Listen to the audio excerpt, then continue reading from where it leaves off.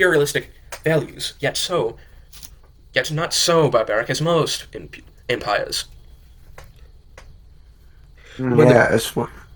when the bus stopped, Tails, Knuckles, and Sonic, as well as a few dozen background extras that are extremely irrelevant to the story's progression until further notice, climbed out of it. We're at Sonics. We're at school now. Time to go to class. Stated Tails matter-of-factly. A few people behind him who heard him groan aloud.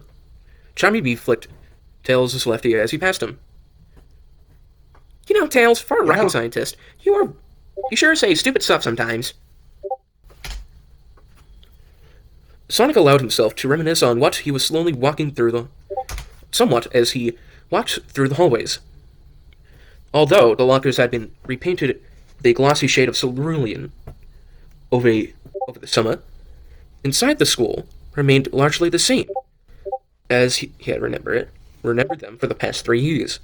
He smiled as he remembered when Tails' voice started cracking right before the school singing competition, and chuckled himself at the memory of SBO tripping into Mr. Randall. Mr. Randall had to get a pacemaker after the incident due to the hard bludgeoning of his chest. Oh my. Leading to what can only be described as an anthropomorphic set of dominoes. He even remembered the day he met Amy at the 10th grade Christmas party, which, for all intents and purposes, there was no such thing as a Mobian Jesus. They just learned that from an off-world human species. Oh.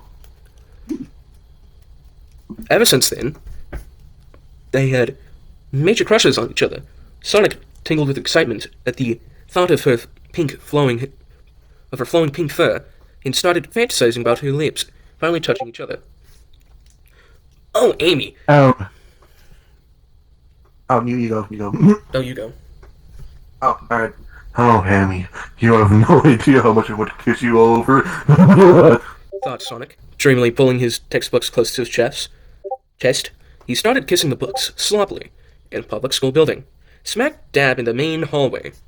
This would usually be fined with a penalty of death by firing squad, but since he is a blue male hedgehog, he is totally fine, and will not be sentenced to death.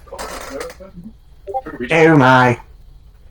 When Sonic realized what he was doing, his eyes smashed open and his pupils shrank. He scanned the area.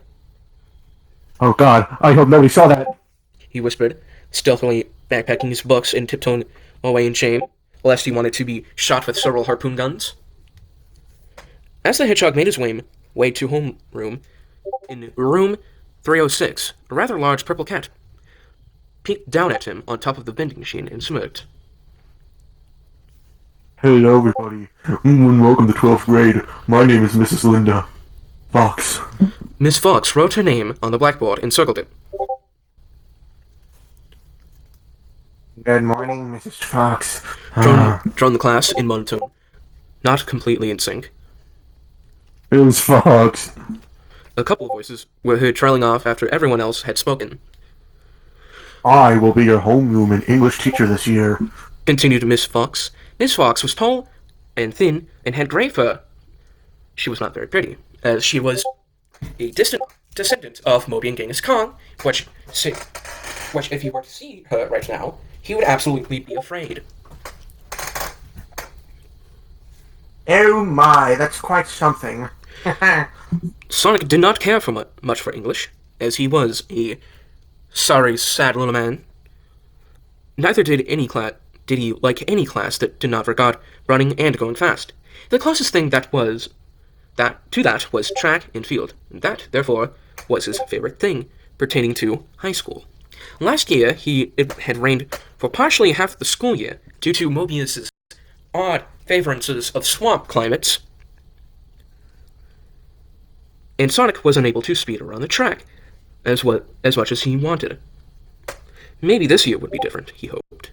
Led by the school's PA announcer, the class saluted the Mobian flag and recited the Mobian Pledge of Allegiance. The whole time, Sonic circled around the room, searching for Amy.